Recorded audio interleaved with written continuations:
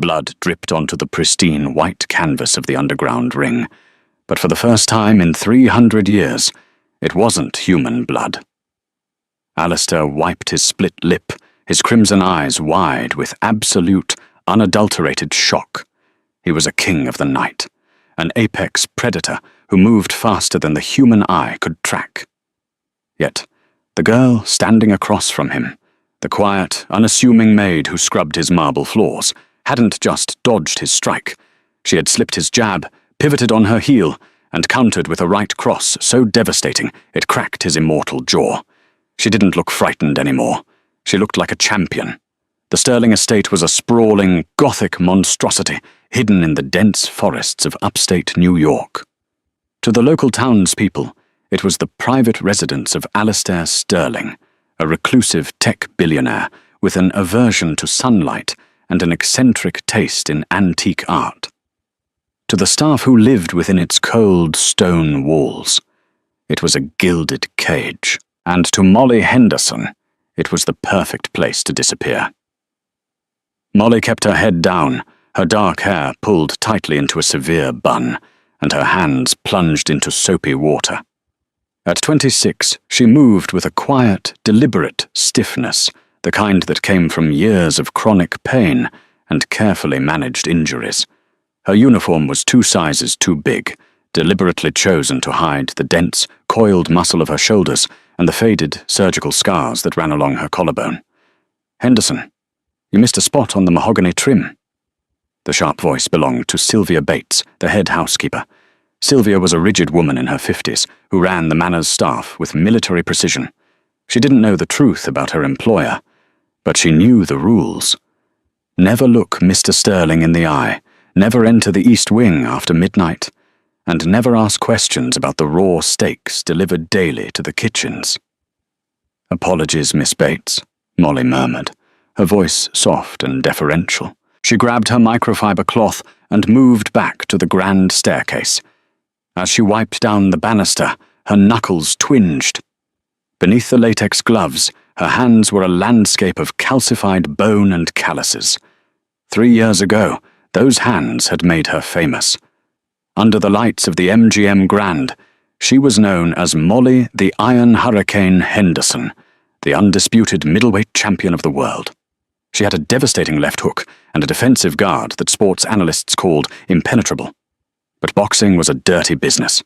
When her manager, a man named Mickey Gold, got in deep with a brutal syndicate over fixed fights, Molly refused to take a dive. She won the bout, but the syndicate retaliated. They put her sister, Sarah, in intensive care at Mercy General Hospital and put a bounty on Molly's head. With Sarah's medical bills piling up into the hundreds of thousands and hitmen looking for the champion, Molly faked her own death in a staged car fire, took on a new identity, and buried herself in the one place the mob would never look, the domestic staff of a notoriously terrifying billionaire. A sudden, freezing draft swept through the grand foyer, snapping Molly out of her memories. The massive oak doors opened without a sound. Alistair Sterling had returned.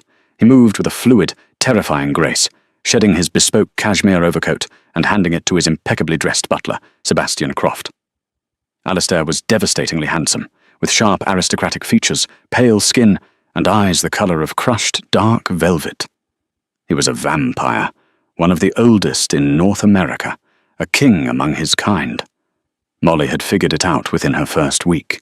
You didn't spend your life reading the kinetic tells of opponents in a boxing ring without noticing when someone didn't breathe, didn't blink, and moved without shifting their body weight. Molly lowered her eyes, pressing herself against the wall to let him pass. She made herself small, invisible. But as Alistair walked by, Sebastian, balancing the heavy coat and a silver tray of mail, misstepped on the edge of the Persian rug. The tray tipped. A heavy antique crystal decanter slid off the edge, plummeting towards the marble floor. It was pure, unthinking instinct. Alistair, possessing supernatural speed, reached out to catch it, but Molly was already there. Years of drilling fast-twitch muscle fibers and reactive hand-eye coordination bypassed her conscious brain. Her foot slid forward, dropping her center of gravity. Her left hand shot out in a blur, snapping the neck of the decanter out of the air a mere inch before Alistair's pale fingers could grasp it. She caught it flawlessly, silencing the liquid inside with a smooth rotation of her wrist. Silence descended heavily on the foyer. Molly froze, her heart hammering against her ribs. She was still holding the decanter, her body locked in a perfect athletic lunging stance that no maid should possess. Alistair slowly turned his head. His dark eyes locked onto her, narrowing. For a century, no human had beaten him to a physical action. The sheer impossibility of it seemed to short-circuit his ancient brain. He looked at her arm, at the precise angle of her elbow, and then up to her face. "My apologies, sir," Molly whispered, hastily standing up and placing the decanter back on the tray, bowing her head deeply. "I was just standing right there." Alistair didn't say a word. He stared at her for a long, agonizing moment, a slow, dangerous smile creeping onto his lips. It wasn't a warm smile. It was the smile of a cat that had just realized the mouse it was playing with had teeth. "What is your name, girl?" Alistair's voice was like crushed velvet, smooth and deadly. "Molly, sir." "Molly," he tasted the name. "Remarkable reflexes, Molly. You may return to your duties." As he walked away, Molly felt a cold bead of sweat roll down her spine. In the boxing world, the worst thing you could do was let a predator know you were a threat. And she had just shown her hand to the biggest predator in the world. Over the next 2 weeks, the atmosphere in the Sterling Manor shifted. Alistair Sterling was a creature who suffered from the eternal boredom of immortality. Wealth meant nothing to him. Politics were tedious. But Molly was a puzzle. And Alistair loved breaking things apart to see how they worked. He began to test her. It started subtly.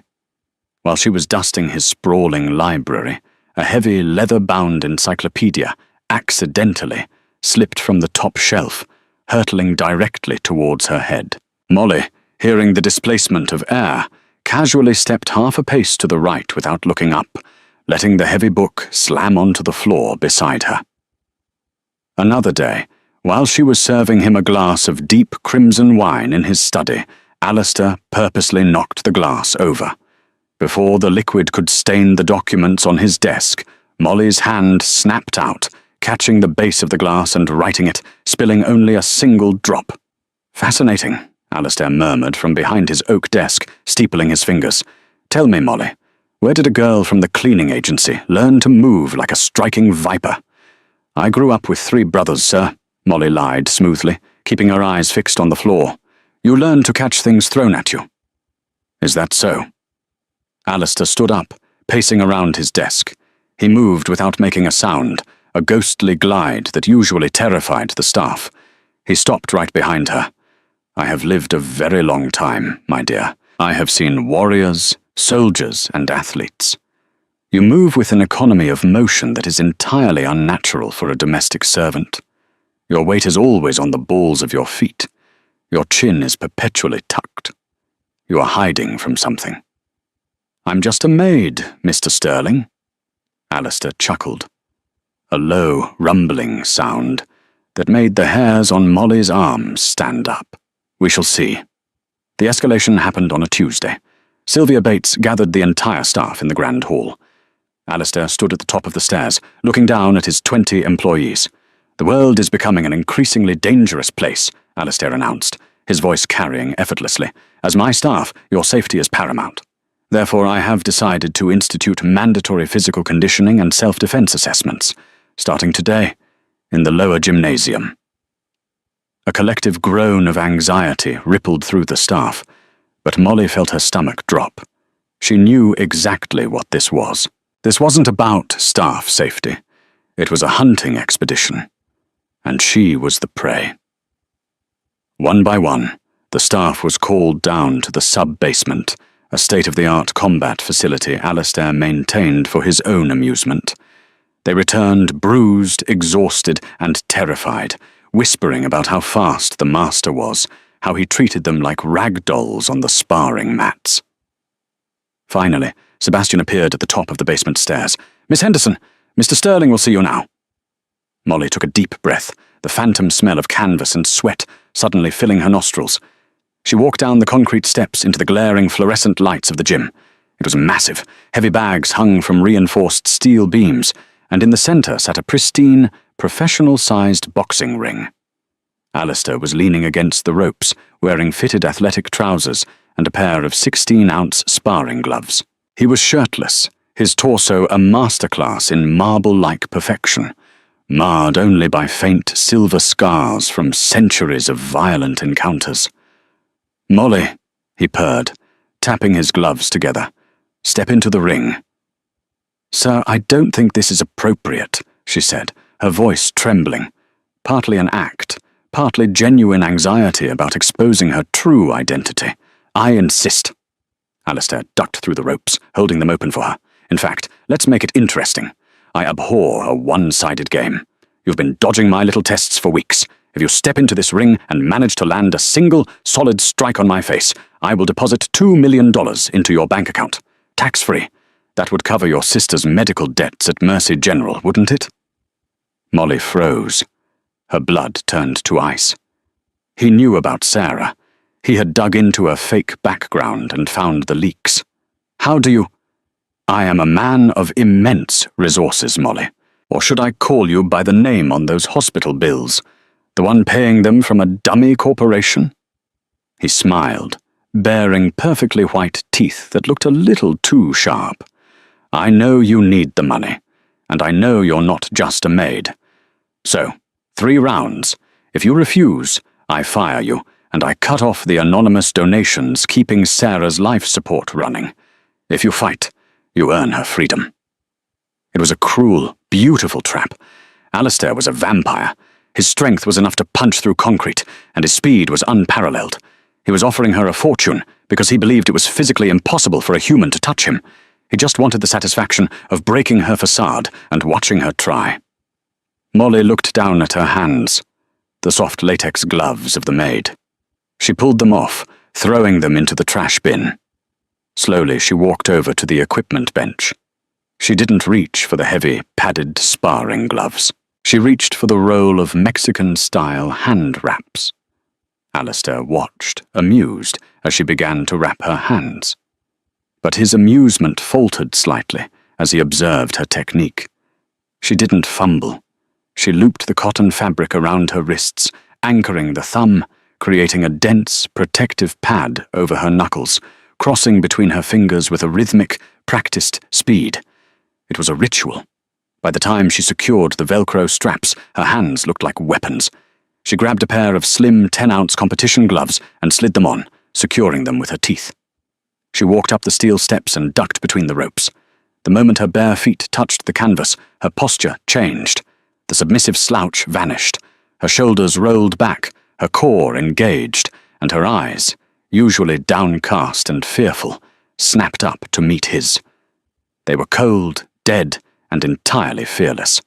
"2 million, Molly said, her voice dropping an octave, losing its soft, deferential tone.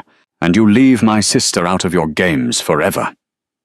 Alistair laughed, thrilled by the sudden transformation. "You have my word, little maid. Show me what you're hiding." The bell, operated by a highly uncomfortable Sebastian sitting at ringside, echoed sharply through the cavernous basement. Ding! Alistair didn't adopt a stance. He stood completely relaxed, his hands dropped to his waist, exuding the arrogance of an immortal who had never truly been challenged. "Come then, Molly. First strike is yours."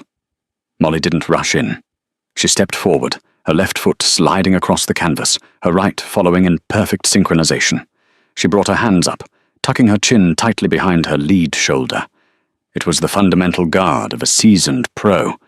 She circled him to the right, stepping outside his lead foot, keeping her distance, testing the range. "Shy," Alistair mocked. He closed the distance in a terrifying blur. To a normal human, it would have looked like teleportation. He was standing 6 feet away, and a fraction of a second later, he was right in front of her, throwing a lazy, sweeping right hook designed to knock her off her feet. He was fast, impossibly fast. But Molly didn't need to see the punch to avoid it. She had already read his shoulders before he moved. As Alistair lunged, Molly bent at the knees, rolling her shoulders forward in a fluid motion. The vampire's glove whistled through the empty air over her head, displacing the air so violently it ruffled her dark hair. Alistair blinked, surprised. Before he could retract his arm, Molly pivoted on her back foot. She didn't aim for his face. Not yet. She dug a sharp, twisting left hook straight into his ribs. Thwack! The sound of the leather connecting with his solid, marble-hard torso echoed loudly. It didn't hurt him. His biology was too durable for human strength to cause internal damage, but the sheer kinetic force of the perfectly executed body shot pushed him back a half-step. Alistair looked down at his ribs, then back up at her, his eyes glowing faintly red. The playful amusement was gone, replaced by a dark, predatory thrill. "Excellent. You know how to punch." "And you don't," Molly said coldly, bouncing lightly on her toes. "You're fast, you're strong, but your footwork is garbage. You cross your legs when you move. You telegraph your right hand by dropping your shoulder. You've never fought anyone who knew what they were doing. You've only ever slaughtered victims." Sebastian, at ringside, gasped audibly. No one spoke to the king of the New York covens like that. Alistair snarled, his fangs elongating slightly. "Careful, human. Do not mistake my restraint for weakness." He attacked again, this time turning up his speed. He unleashed a flurry of jabs and crosses. The air cracked like a whip. Molly went purely on the defensive. She didn't try to outrun him. That was impossible. Instead, she utilized the smallest possible movements. She parried a jab with her right palm, slipped across by moving her head an inch to the left, and caught a sweeping hook on the thick padding of her forearm. She was taking damage. Even through the gloves, the impact of his strikes sent shockwaves up her arms, rattling her bones. Her forearms were already bruising purple, but her mind was a supercomputer processing data. She was downloading his rhythm. 1, 2, pause. Big, sweeping right. He favors his right side. He pulls his left hand back when he strikes. He was a brawler relying on cheat codes. He had no combination logic. "Stand still!" Alistair growled, frustrated by his inability to land a clean, devastating blow on this mortal woman. He threw a massive, lunging uppercut, pouring a fraction of his supernatural strength into it. This was the opening she had been waiting for. As Alistair committed his weight forward, completely abandoning his defense, Molly didn't back away. She stepped into the punch. She shifted her body sideways, adopting the classic Philly shell stance. She used her lead shoulder to deflect the uppercut, letting his glove slide harmlessly past her ear. Alistair was overextended. His chin was high in the air, exposed, unprotected. Time seemed to slow down. Molly planted her feet, grounding herself. The kinetic energy generated from the canvas traveled up through her calves, her hips, her core, and into her right shoulder. With a sharp exhale of breath, she unleashed a devastating overhand right. It wasn't just a punch. It was 3 years of pent-up rage, of hiding, of fear for her sister's life, channeled into a single, flawless strike. The 10-ounce glove bypassed his guard completely and collided flush with the side of Alistair Sterling's jaw. Crack! The sound was like a gunshot. The force of the blow snapped the Vampire King's head violently to the side. His feet left the canvas. For the first time in 3 centuries, Alistair Sterling was airborne, his equilibrium shattered by the sheer technical perfection of a human strike. He crashed heavily onto the mat, sliding across the ring until his back hit the turnbuckle. The gym was dead silent, save for Molly's heavy, measured breathing. She stood in the center of the ring, her gloves lowered, looking down at the immortal billionaire sprawled on the canvas. "That's 1 hit," Molly said, her voice echoing in the stillness. "I believe you owe me $2 million. For 10 agonizing seconds, the only sound in the subterranean gym was the hum of the overhead fluorescent lights and the ragged, adrenaline-fueled rasp of Molly's breathing. Alistair Sterling, the apex predator of the eastern seaboard, lay flat on his back. Slowly, he reached up. His pale, long fingers touched the corner of his mouth. He pulled them away and stared at the smear of ruby-red blood on his fingertips. Sebastian Croft, the impeccably composed butler, dropped his clipboard. It clattered against the concrete floor, breaking the spell. Alistair began to shake. Molly immediately shifted her weight back, raising her Cleto Reyes gloves, preparing for the inevitable retaliation. She had just assaulted a creature capable of tearing a steel vault door off its hinges. She braced herself for the fatal blow. Instead, the shaking turned into a low, rumbling sound. Alistair was laughing. It started as a dark chuckle and erupted into full-throated, joyous laughter that bounced off the cinder-block walls.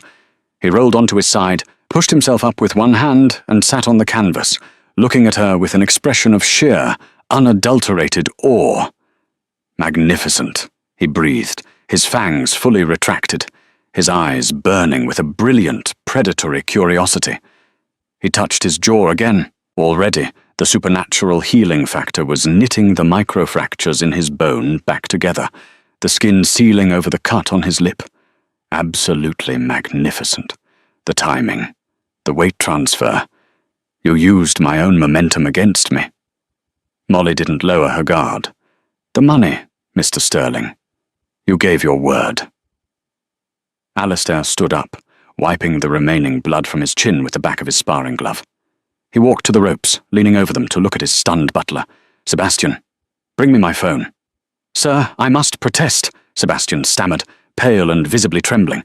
She struck you. This is highly irregular. She didn't just strike me, Sebastian. She humbled me. A feat no mortal has achieved since the siege of Vienna, Alistair said, never taking his eyes off Molly. He stripped off his gloves and tossed them to the floor. When Sebastian handed him a sleek, black smartphone, Alistair bypassed the lock screen and opened an encrypted banking application. Account details, Molly. Now. Still holding her defensive stance, Molly rattled off the routing and account numbers for the shell corporation she used to pay Dr. Benjamin Carter, the chief of neurology, at Mercy General Hospital in Chicago. Alistair typed rapidly. A soft chime echoed in the gym. He turned the screen toward her. A wire transfer of $2 million had just been authorized, marked cleared. Your sister's debts are paid. The best specialists in the country are now at her disposal, Alistair said, his voice dropping to a smooth, dangerous purr. Now you and I need to have a conversation about your resignation. Molly finally lowered her hands. She moved to the corner, biting the Velcro strap of her left glove and ripping it open, then doing the same for the right. There's no conversation to be had. You have what you wanted. You saw the trick. Now I'm leaving. Tonight. I think not, Alistair countered, stepping back into the center of the ring, blocking her path to the stairs.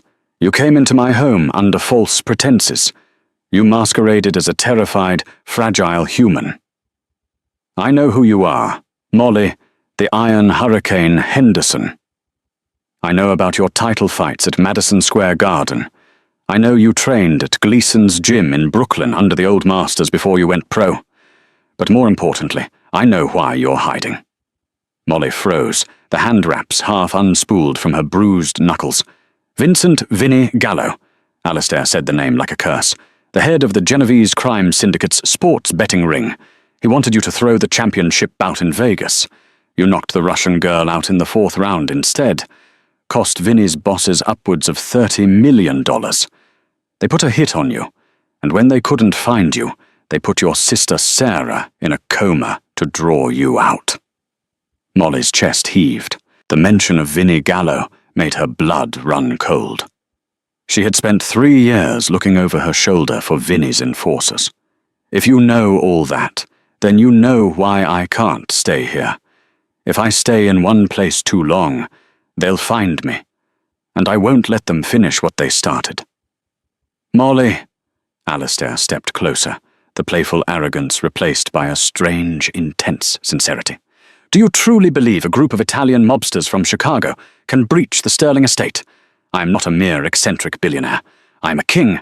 This estate is a fortress, guarded by creatures Vinnie Gallo couldn't even conjure in his worst nightmares. He reached out, his cold fingers gently catching her wrist. The contrast between his icy skin and her flushed, sweat-drenched arm was jarring. Stay, Alistair commanded, though it sounded more like a plea. Not as a maid, as my instructor. Teach me the discipline of the ring. Teach me how to move like you do. In exchange, You will have the absolute protection of my coven. Your sister will be moved to a private, heavily guarded, supernatural facility. Gallo will never touch her, and he will never touch you. It was a deal with the devil. But as Molly looked into the ancient, bottomless eyes of the vampire, she realized something terrifying. She was more afraid of leaving the safety of this monster's orbit than she was of staying. 4 hours a day in the gym, Molly negotiated, her voice hoarse. You listen to me. No vampire speed, no supernatural strength. You fight under the unified rules of boxing. If you break them, I walk. Alistair's lips curled into a predatory, satisfied smile. Deal. But hundreds of miles away, in a smoke-filled office behind a meat-packing plant in Chicago, a burner phone buzzed on a mahogany desk. Vinnie Gallo, a heavy-set man with a scarred neck and dead eyes, picked it up. Boss, the voice on the other end rasped. You know that dummy account we've been monitoring? The one paying the Henderson girls' hospital bills? Vinnie sat up, his cigar freezing halfway to his mouth. Yeah, what about it? It just got hit with a $2 million wire transfer. Cleaned out the entire debt. Vinnie's eyes narrowed. Trace the routing number. Find out where that money came from. The hurricane is alive, and she just made a mistake. The transition from invisible maid to the personal combat instructor of a vampire king was whiplash-inducing. Molly's oversized uniforms were replaced with high-end athletic wear, and her tiny servants' quarters were traded for a sprawling suite in the West Wing. But the real change was in the basement. Keep your hands up, Molly barked, slapping Alistair's ribs with a foam focus mitt. You're dropping your left when you throw the right cross. It's a lazy habit. If I were a heavyweight, you'd be on the floor again. Alistair grunted, resetting his stance. It had been 3 weeks since their initial bout, and the vampire was a maddening student. He was used to overpowering his opponents, tearing through them with sheer, brutal force. Being forced to adhere to human physics, to rely on leverage, hip rotation, and the biomechanics of a mortal body, was deeply frustrating to him. This is tedious, Alistair complained, sweat glistening on his perfect, statuesque torso. Even suppressing his supernatural abilities, his stamina was limitless. If an enemy attacks me, I will simply tear their head from their shoulders. Why must I learn to slip the jab? Because arrogance gets you killed, Molly shot back, holding the mitts up. You rely on your gifts. But what happens if you meet something faster than you? What happens if you get cornered? Boxing isn't just about punching. It's about kinetic chess. It's about thinking 3 moves ahead. Again, 1, 2, slip, hook. Alistair sighed, but he complied. Pop, pop, whoosh, thwack. His technique was improving rapidly. His muscle memory, honed over centuries of swordplay and brawling, adapted to the sweet science of boxing with terrifying efficiency. As they worked, a strange, unspoken tension simmered between them. Molly found herself studying the way his muscles coiled under his pale skin, the intense, predatory focus in his eyes when he locked onto the mitts. Alistair, in turn, was captivated by her discipline. He had spent centuries surrounded by sycophants and terrified victims. Molly was the first creature in 100 years who looked him in the eye and told him he was wrong. She wasn't afraid to hit him, to correct him, to demand his respect. Time, Molly called out, dropping the mitts and grabbing a towel. She tossed him a bottle of water. You're getting faster. Your footwork isn't completely embarrassing anymore. High praise from the Iron Hurricane, Alistair smirked, catching the bottle effortlessly. Suddenly, the heavy steel door of the gym slammed open. Sebastian stood at the top of the stairs, his usual perfect composure entirely shattered.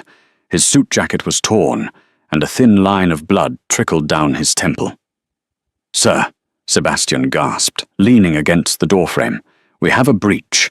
The perimeter alarms on the north woods were bypassed. They circumvented the magical wards. They used thermite on the front gates. Alistair's playful demeanor vanished instantly. The temperature in the room seemed to drop 10 degrees.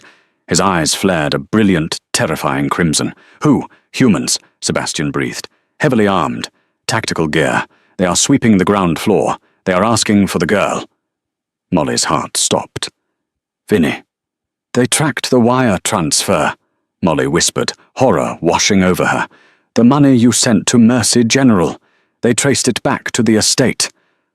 Alistair let out a low, guttural snarl that sounded entirely unhuman. They dare bring weapons into my home for a mortal gambling debt. They aren't just mobsters, Alistair, Molly said, panic edging into her voice as she ripped off her hand wraps. Vinnie Gallo uses ex-military fixers. They're professional killers. We need to run. Kings do not run from trespassers, Alistair said, his voice echoing with an ancient, chilling authority. He walked over to a heavy steel cabinet in the corner of the gym, ripping the locked door off its hinges with a casual flick of his wrist. Inside was an arsenal of antique weaponry. He pulled out a pair of silver-hilted trench knives. Stay here, Alistair commanded, turning to Molly. Sebastian, lock the blast doors. I will deal with these pests. No, Molly intercepted him, grabbing a heavy steel crowbar from the gym's tool rack. They're here for me. If they don't find me, they'll burn this place to the ground. I'm not hiding anymore. Before Alistair could argue, a massive explosion rocked the foundation of the manor. Dust and concrete rained down from the ceiling of the gym. The heavy steel door at the top of the stairs blew inward, propelled by a breaching charge. Through the smoke, 3 men descended the stairs. They wore dark tactical gear, night vision goggles pushed up on their helmets, and carried suppressed submachine guns. Target sighted in the basement, the lead mercenary barked into a radio headset, raising his weapon, pointing the laser sight directly at Molly's chest. Take out the guy. Bag the girl. Alistair moved. Molly had seen him move fast before, but this was different. This wasn't sparring. This was the raw, unbridled violence of an apex predator. He crossed the 50 feet of the gym in a fraction of a second, entirely bypassing the human eye's ability to track him. The mercenaries didn't even have time to pull their triggers. Alistair slammed into the lead man, the impact sounding like a car crash. He lifted the 200-pound mercenary by the throat with one hand, hurling him across the room with such force that the man shattered the brick wall upon impact, crumbling to the ground motionless. The remaining 2 men panicked, opening fire. Thwip, thwip, thwip! Bullets tore through the air. Alistair vanished again, dropping to the floor and sweeping the legs of the second man. As the mercenary fell, Alistair drove his knee into the man's chest, caving in the tactical armor with a sickening crunch. But the third man, a seasoned veteran, had anticipated the movement. He tracked Alistair's blur, pulling a heavy-caliber sidearm loaded with incendiary rounds specifically designed for high-value supernatural targets. Vinnie Gallo didn't just know about the wire transfer. He knew what owned the estate. The mercenary fired. A blinding flash of phosphorus lit up the gym. The bullet caught Alistair in the shoulder, exploding in a burst of white-hot, supernatural fire.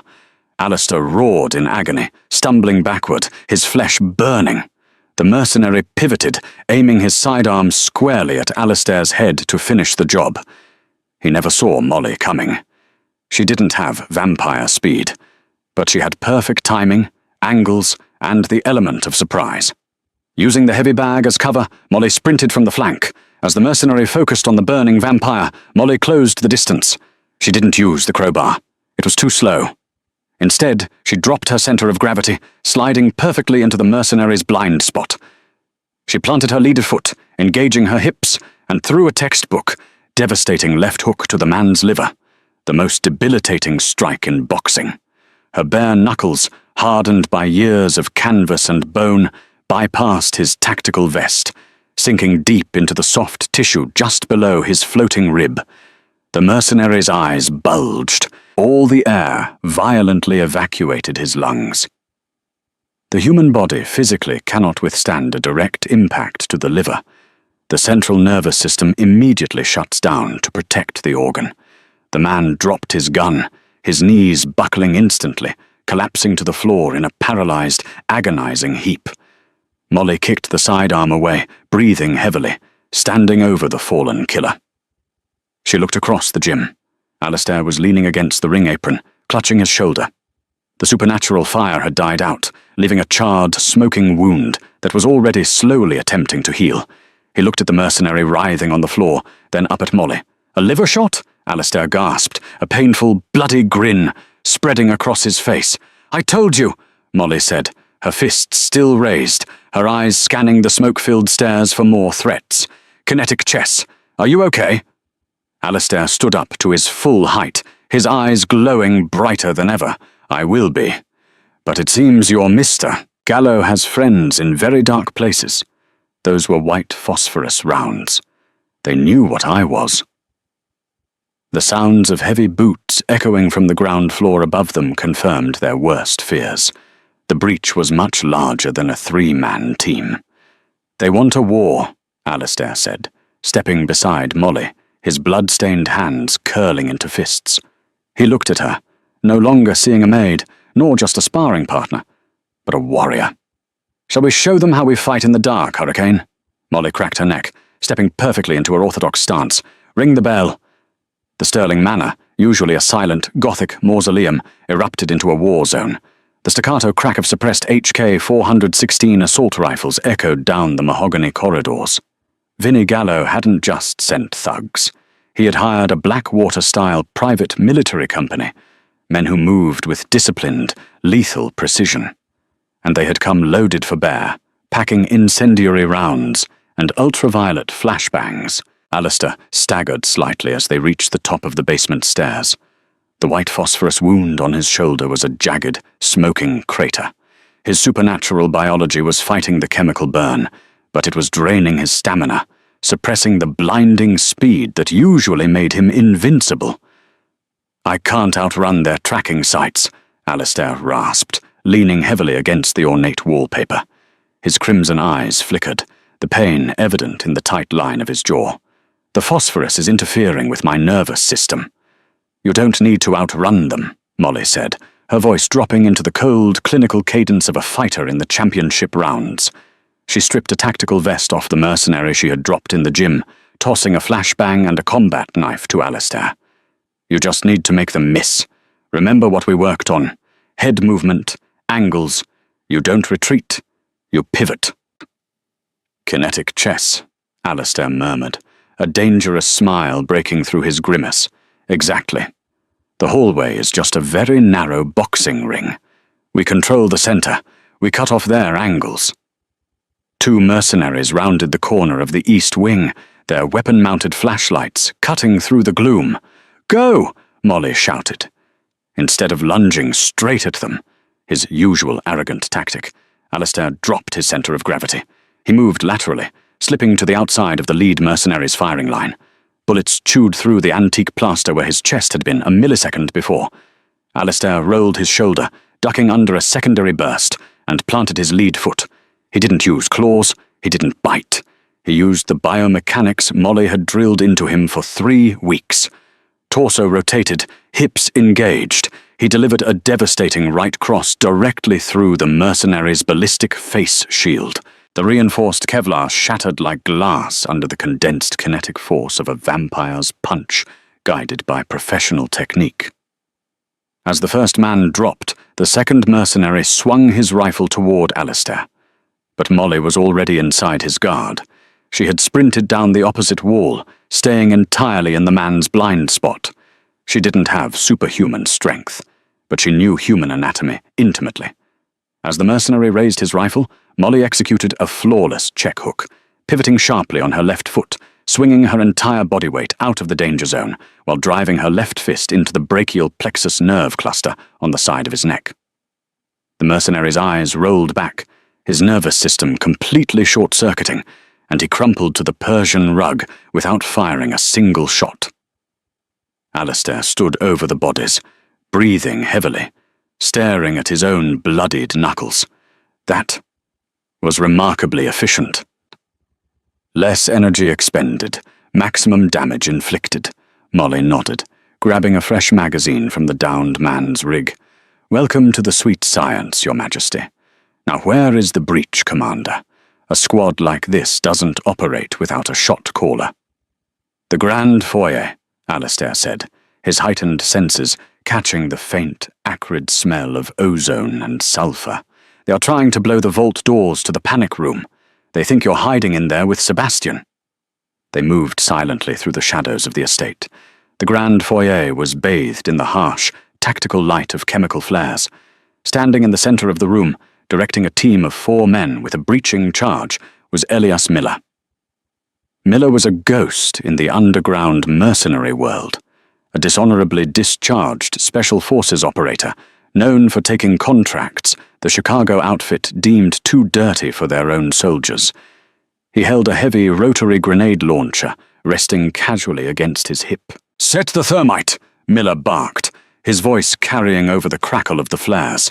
"Gallo wants the girl alive, but he doesn't care if she's missing a few pieces. And if the bloodsucker shows his face again, light him up." Molly and Alistair crouched behind the marble balustrade of the grand staircase. 4 guards, plus Miller with the heavy ordnance, Molly whispered, mapping the room in her mind like a tactical whiteboard.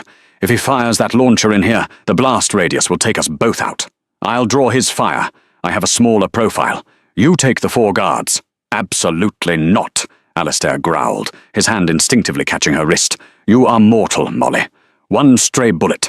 "I was the undisputed middleweight champion of the world," Molly interrupted, her dark eyes locking onto his with terrifying intensity. "I haven't been hit clean in a ring since I was 19.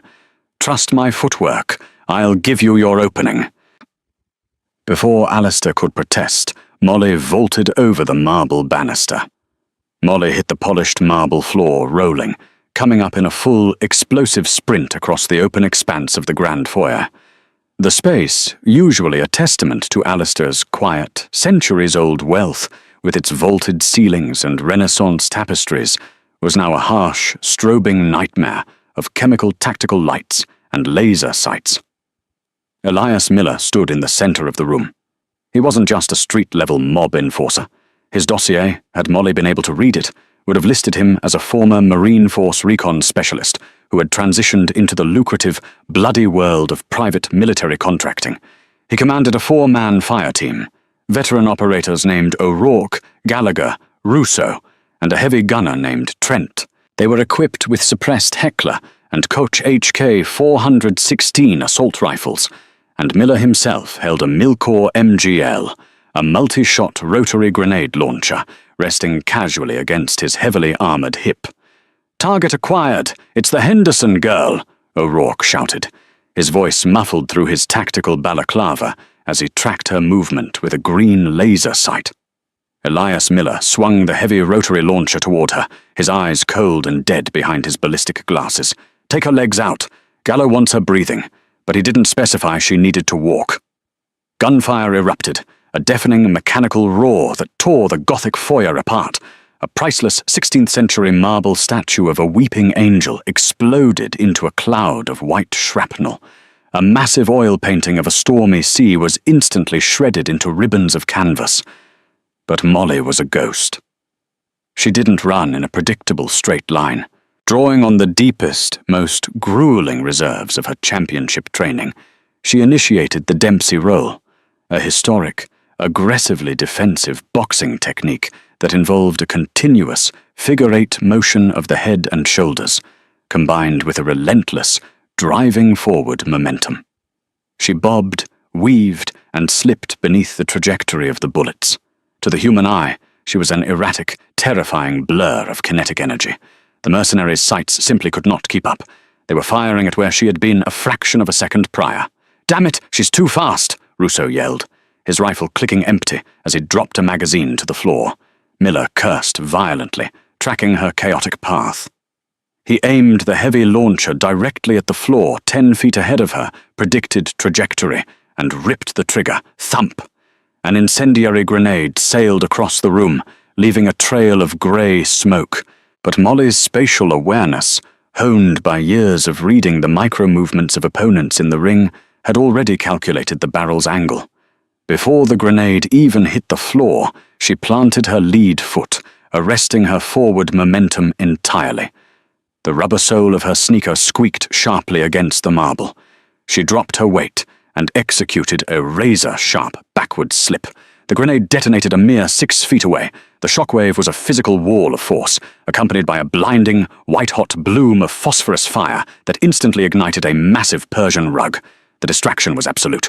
The sheer violence of the flashbang-like explosion forced every human eye in the room, including Miller's highly trained squad, to instinctively track the blast for a single, fatal microsecond.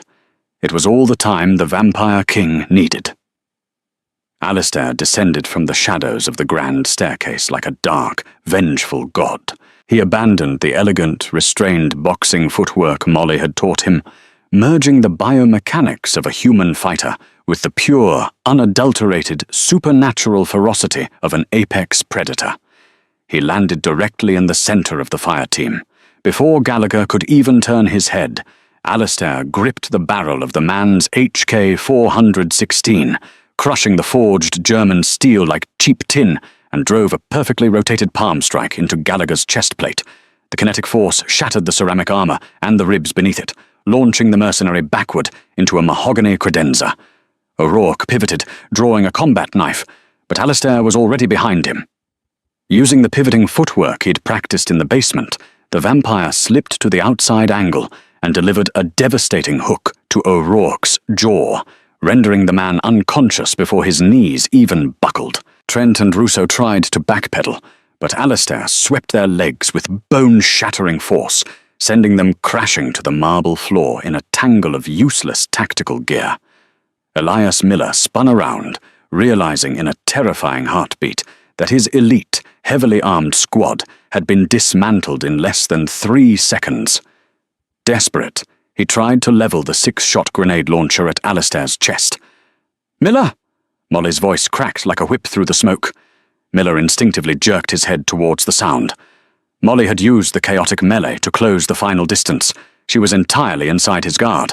As Miller turned, she planted her feet, torquing her hips and shoulders to generate maximum power.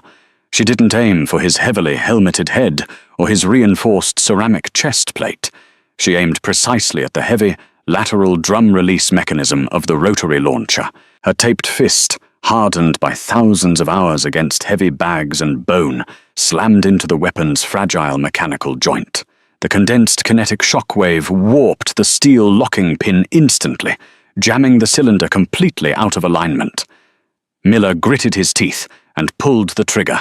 Click! The weapon was dead. Before the mercenary commander could drop the useless launcher and draw his customized Glock 19 sidearm, a shadow fell over him. Alistair was there. He gripped Miller by the thick webbing of his tactical vest, lifting the massive 240-pound ex-Marine into the air with one hand, his arm perfectly straight. He held him effortlessly, as if Miller weighed nothing more than a handful of dry leaves. "You brought fire into my home," Alistair whispered. His voice resonated with a demonic, ancient timbre that vibrated in Molly's chest. His fangs were fully extended, gleaming in the harsh light, and his eyes burned like dying stars. "You threatened what is mine." Instant, brutal karma had arrived. With a terrifying display of raw, inhuman power, Alistair hurled Miller across the massive foyer. The mercenary commander flew through the air, crashing spectacularly through the heavy, reinforced oak front doors. The wood splintered into 1,000 pieces as Miller's body rolled violently down the exterior stone steps, finally coming to a motionless halt in the gravel of the circular driveway. The silence that rushed into the foyer was deafening, broken only by the crackle of the burning Persian rug and the heavy, synchronized breathing of the vampire and the boxer.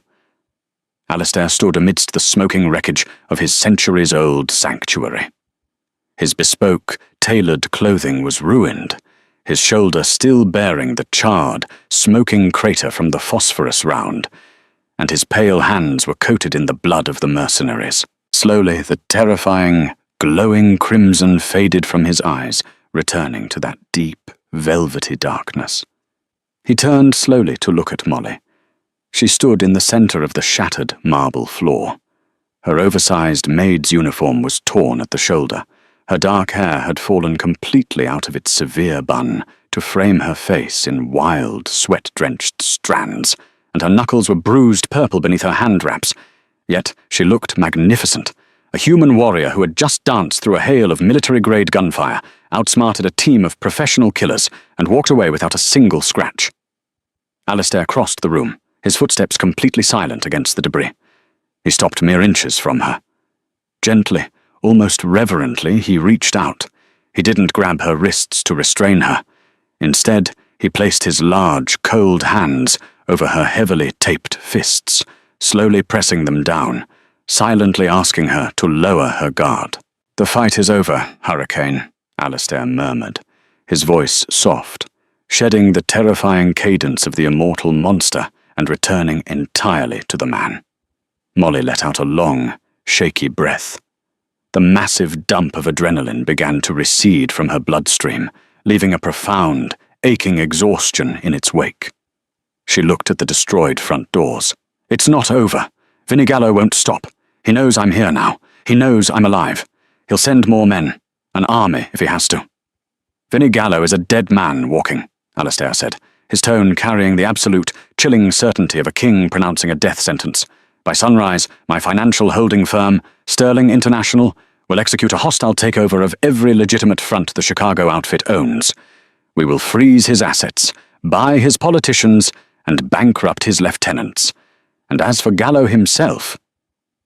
Alistair's smile was a terrifying sliver of white. "My nocturnal associates in Chicago will pay him a very personal, very final visit tonight. The mob will be told that Gallo made a critical error in target selection. He is no longer a threat to you or your sister." Molly looked up at him, searching his ancient, flawless face. The sheer scale of his power, both supernatural and financial, was staggering. "Why? Why go to war with a crime syndicate for a maid who lied to you?" "Because you were never a maid, Molly," Alistair said, his gaze dropping to her bruised lips before meeting her dark eyes again. "You are a queen who temporarily had to hide her crown to survive. You didn't just challenge me in that ring. You humbled me. You taught me discipline. And when the fire came to my door, you didn't run. You stood beside me." He stepped closer, closing the distance completely. The ambient cold radiating from his immortal skin felt incredibly soothing against her flushed, overheated body. "Stay with me," Alistair whispered, his forehead resting gently against hers, a gesture of profound vulnerability from a creature who feared nothing. Not as a servant, not just as a combat instructor. "Stay with me as my equal." Molly closed her eyes, feeling the steady, unyielding strength of the man holding her hands. For 3 agonizing years, she had been running, sleeping with one eye open, hiding in the shadows, and pretending to be someone small and frightened. Here, in the smoking, bullet-riddled ruins of a Gothic mansion, standing next to the most dangerous predator on the eastern seaboard, she finally felt something she hadn't felt in a very long time. She felt safe. She felt like she was home. "Okay," Molly breathed, dropping her taped fists entirely. She leaned up, pressing her lips to his. The kiss was a breathtaking collision of 2 vastly different worlds, the ancient, freezing stillness of the vampire king and the furious, burning heartbeat of the undisputed champion. It was a promise signed in gunpowder, broken marble, and blood. They had fought their demons, both human and immortal, and won. The underworld of Chicago shifted overnight. Vinnie Gallo vanished without a trace, and his illicit betting empire was quietly absorbed by anonymous corporate entities. 3 weeks later, Sarah Henderson woke from her medically induced coma in a sunlit, heavily guarded private suite overlooking the Hudson River, completely free of debt and danger. Back at the restored Sterling estate, the dynamic had irreversibly changed. Molly was no longer the invisible girl scrubbing floors. She was the mistress of the manor, a woman who commanded the respect of immortal creatures and human staff alike. The subterranean gym remained their sanctuary, a place where the King of the Night and the Iron Hurricane continued their brutal, beautiful dance of kinetic chess. Alistair never underestimated human mechanics again, and Molly never had to look over her shoulder. Together, they ruled their dark empire, not through fear, but through the unbreakable bond forged between a predator who learned how to fight and a champion who taught him how to love.